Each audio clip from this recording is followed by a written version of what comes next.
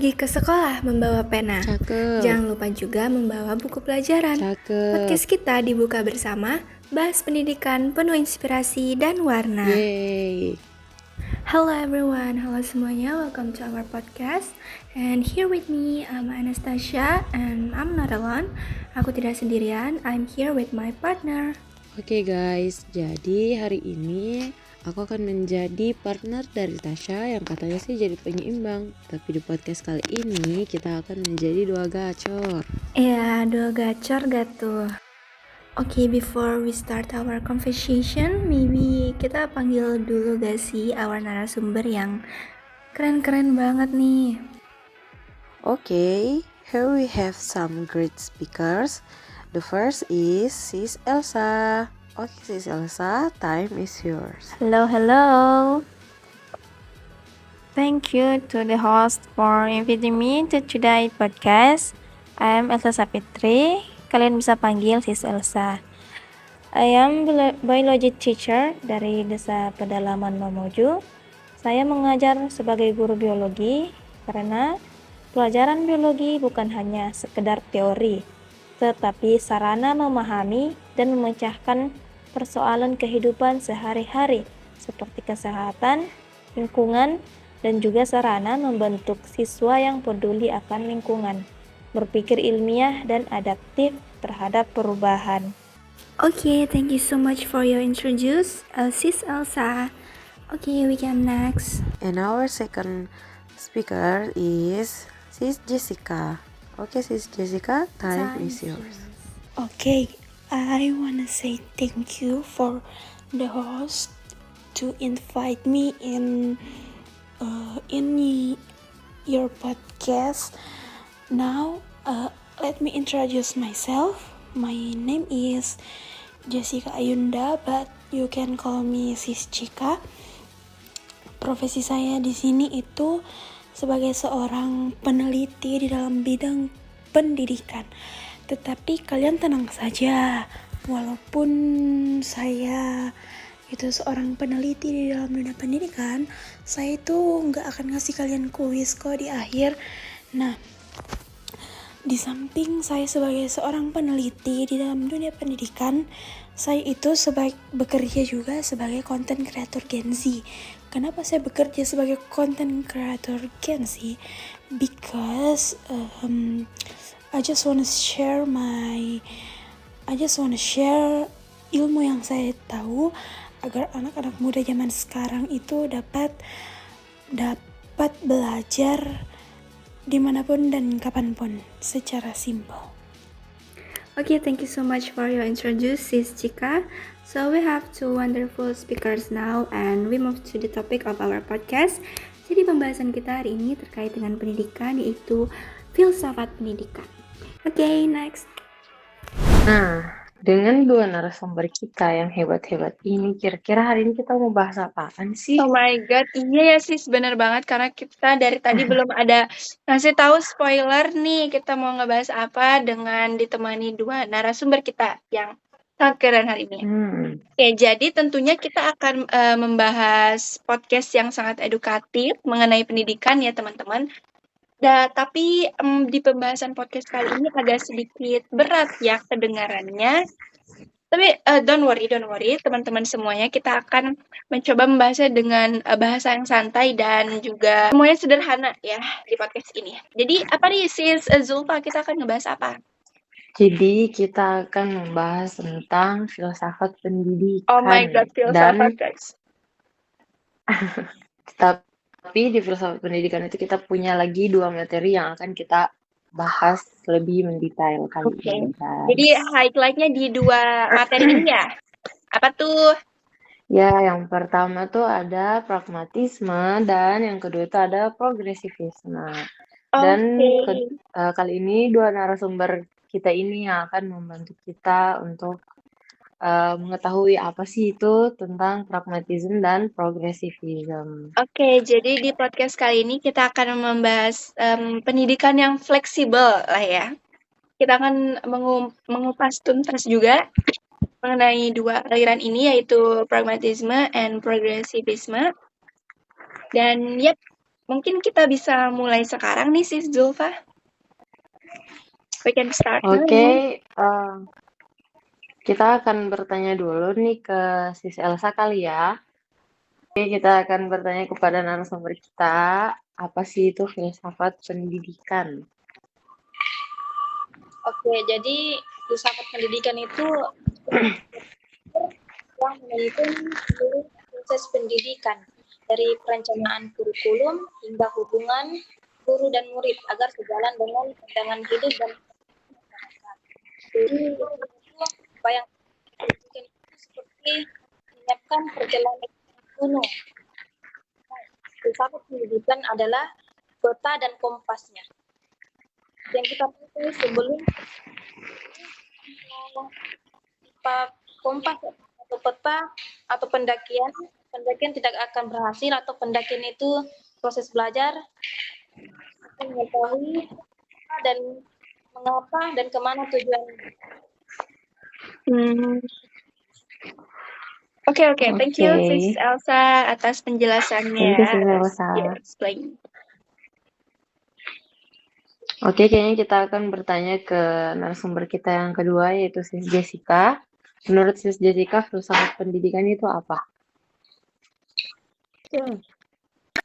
Jadi kalau menurut saya itu filsafat pendidikan itu bisa disamakan dengan pohon yang memiliki banyak cabang, karena filsafat pendidikan itu sebenarnya memiliki banyak cabang ilmu. Filsafat pendidikan memiliki tujuan, arah, hakikat, prinsip-prinsip pendidikan, dan praktik pembelajaran. Oke, terima kasih semuanya atas penjelasannya ya. Mungkin kita bisa langsung masuk ke pembahasan yang beratnya nih. Aduh, kok berat sih Kakak? Oke, tenang ya teman-teman, tapi kita akan mencoba dengan bahasa yang sangat simpel ya, dibantu oleh narasumber kita. Kita akan bertanya kepada narasumber kita. Kan tadi sudah nih filsafat pendidikan. Nah, kita akan pasti kita bertanya-tanya apa sih itu pragmatism dan progressivism. Jadi saya akan meminta kepada narasumber kita. Saya mau minta ke Sis Jessica dulu ya. Apa sih itu pragmatism? Ya, jadi pragmatism itu adalah suatu bagaimana ya? Salah satu filsafat fokus kepada sebuah hasil yang sudah dinilai berdasarkan dampak yang konkret yang sudah diamati dari beberapa pengalaman yang sudah dilalui. Oke. Kalau post dari Sis Elsa, pragmatism itu apa? Pragmatisme itu seperti memilih jalan yang fleksibel dan jalan yang paling cepat untuk masalahnya. Pragmatism is intended for human to be able to face problem and why to solve them. Alright, now let's move on to the first stream, which is pragmatism. Sis Jessica, can you explain it? Alright, now let's move on to the progressivism. So what's the difference about this and pragmatism? Sis Jessica, can you explain it? Ya, progressivism itu kalau menurut John Dewey, progressivism itu filosofi pendidikan yang berpusat pada anak-anak. Ya, jadi di mana pendidikan itu diproses melalui pembelajaran dan pengalaman aktivitas langsung agar anak-anak dapat mengembangkan kemampuan mereka untuk berpikir kritis dan memecahkan masalah-masalah sendiri. Oke. Kalau Sis Elsa? Ya, benar. So, learning is not just about grades, but also about integrating with society. Jadi sekolah harus anak menghadapi perubahan teknologi dan demokrasi. Oh, so basically, every subject is useful as long as you apply it in real life, right? Jadi semua pelajaran itu kalau misalnya dikaitkan dengan kehidupan nyata itu jadi lebih ini ya. Yes. Oh, jadi yang bisa saya tangkap itu sebenarnya aliran progresivisme and pragmatisme itu sebenarnya sama-sama bermanfaat. Kalau misalkan kita pandai untuk mengimplementasikannya ya, bagaimana cara kita menyesuaikannya dan ya bisa dibawa ke konteks nyata seperti itu. Betul. Oke, next.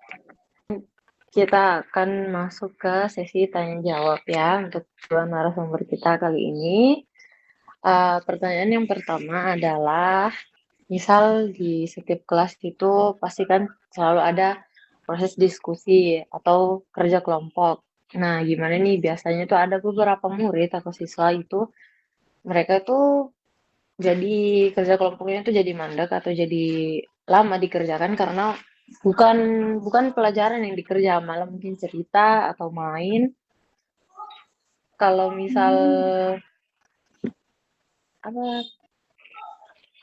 misal pakai progressivism, How to manage ya, bagaimana cara mengatur sistem di kelasnya gitu ya. biar sejalan dengan apa yang harusnya mereka kerjakan gitu. Iya. Oke, jadi kelas ramai itu wajar ya. Jadi kita tinggal bedakan saja. Ini kita bedakan siswa ramai. Jadi ramai karena ribut atau gosip gitu. Nah, kalau mahasiswa atau siswanya ini ributnya karena ramai karena produktif, saya biarin mereka karena mereka lagi mengasah skill diskusi mereka untuk lebih baik lagi. Nah, sedangkan kalau mereka lagi bahas-bahas yang lain seperti gosip atau membahas K-pop gitu, mungkin jadi menurut Sis Elsa nih kalau misalkan ada kelas yang membahas K-pop itu tidak boleh gitu atau seperti apa? Menurut saya, in my opinion ya, kalau misalkan kita ngebahas K-pop juga itu termasuk suatu pembelajaran gitu, karena kan kita ngebahas budaya ya lintas budaya kita, dan itu harus mungkin ya harus dipelajari. Correct me if I'm wrong ya teman-teman, karena saya juga manusia biasa. Jadi si Tasya ini agak sedikit tersenggol ya guys. Iya, oh my god, karena saya K-popers juga ya. Elsa tidak boleh menyenggol K-popers. Okay, maybe we can next. This is Jessica.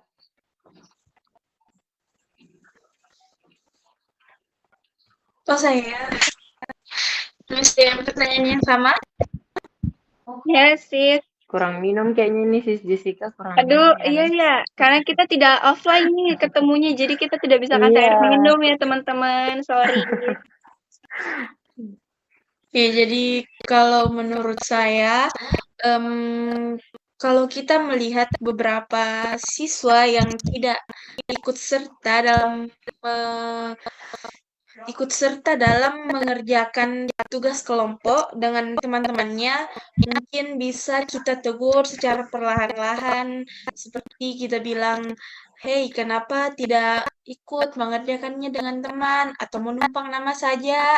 Itu kan tidak boleh, tidak adil untuk teman-temannya yang bekerja sedangkan dia sibuk santai-santai saja. Nah, sedangkan yang sibuk bekerja itu dalam kelompok itu patut diapresiasi menurut saya, karena dia sudah bersusah payah mengeluarkan semua ide-ide yang mereka punya demi melakukan yang terbaik untuk kelompok. Oke, jawabannya sangat Jadi sangat ada yang menyenggol banyak orang nih ya. Semoga banyak orang yang tersindir juga. Tapi berarti benar juga ya, karena di aliran progresivisme ini kita harus tumbuh bersama ya, belajar bersama gitu untuk mencapai satu tujuan. Karena manfaatnya tuh tidak hanya ke kita ya, karena untuk Iya. semua yang ada di sekitar kita juga gitu. Thank you ya semua jawabannya. Oke, saya akan lanjut ke pertanyaan kedua. Nah, kalau pragmatisme ini fokus ke yang praktis, gimana dengan pelajaran kayak seni atau filsafat? Saya mau minta ke Sis Jessica dulu. Oke, jadi saya akan jawab sebenarnya itu seni juga itu sebenarnya praktis ya, walaupun biasa membuat kita kewalahan karena agak ribet, tapi sebenarnya dia sama dengan filsafat karena seni itu mengasah rasa, kreativitas dan imajinasi kita untuk berkarya sebisa kita. Oh, oke. Kalau Sis Elsa? Jadi pragmatisme itu kan kita mengambil belajar dari pengalaman. Yes. Jadi seni itu praktis, jadi kayak itu membantu kita berimajinasi dan berkreativitas. Oke. Kayaknya kita ke pertanyaan terakhir ya, Sis Tasya. Oke, kita langsung aja ya ke pertanyaan terakhir. Oke, nah kalau dilihat-lihat, pragmatisme dan progresivisme ini hampir sama ya. Jadi menurut kalian berdua, narasumber kita ini, bagusan mana? Pragmatisme atau progresivisme? Nah, bagusan yang mana nih kalau misalkan diimplementasikan gitu ya? Ya, tolong bisa. Jadi pragmatisme atau progresivisme ini itu dua-duanya bagus ya. Tinggal kita gabungkan aja. Nah, when all can keep of social character and critical thinking. Pragmatism. Progressivism to foster freedom and creativity. Jadi bagusan mana tergantung apa yang ingin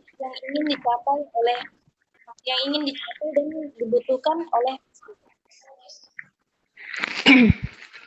Oh, jadi bagaimana kita bisa mengaturnya dan bisa menggabungkannya gitu ya, sesuai dengan tujuan yang mau dicapai gitu.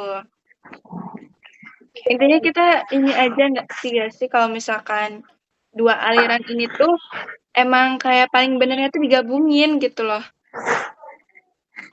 Iya, karena memang saling bertautan ya, kayak Iya, seperti jadi kayak ini. jangan dipisah-pisah gitu gak sih? Oke. Kalau Sis Jessica? Ya, kalau menurut saya sepemikiran dengan Sis Elsa karena pragmatisme dan progresivisme itu tidak bisa dipisahkan. Mereka hampir mirip dan harus digabungkan karena di dalam pendidikan kita juga butuh yang praktis dan demokratis. Jadi seperti paket combo, siap kerja, Seperti siap hidup, siap kerja sama. Oh my god. Seperti paket ayam geprek sama es teh gitu ya. Tidak bisa dipisahkan. Iya. Aduh. Aku jadi kayak lapar ya. Sama lagi sis. Oke, jadi Sis Tasya bisa nggak disimpulkan? Oh yes. Saya ada menyimpulkan ya dari tadi ini walaupun saya kelihatan diam, tapi sebenarnya saya menyimpulkan ya teman-teman, dan terima kasih juga kepada sis narasumber yang sudah semaksimal mungkin untuk menjawab segala pertanyaan kami. Karena kita di sini belajar bersama-sama ya teman-teman. So maybe sebagai closing, kita bisa lihat bahwa filsafat pendidikan ini, especially in dua aliran ini, progressivism and pragmatism, really emphasize how learning is not just about memorizing. Jadi pembelajaran itu tidak hanya dengan mengingat, kemudian seperti menyelesaikan ujian saja, tidak seperti itu ya, karena but about living the knowledge, bagaimana kita bisa menghidupkan ilmu itu ya teman-teman dari dua aliran itu gitu. Pendidikan itu bukan hanya sekedar mentransfer ilmu, tapi bagaimana kita bisa beradaptasi, berpikir kritis, think critically, and connect it with real life gitu ya, menghubungkannya di kehidupan nyata. Dan mungkin ini ada beberapa highlight juga yang bisa teman-teman di luar sana yang menonton itu implementasikan. Dari ini juga dari narasumber yang sudah tadi katakan. Yang pertama itu learning itu is active not passive ya. Jadi jangan cuma nerima ilmu aja, tapi kita harus mencoba explore dan terus bertanya-tanya nih, terus questioning gitu dengan ilmu yang kita dapat gitu ya.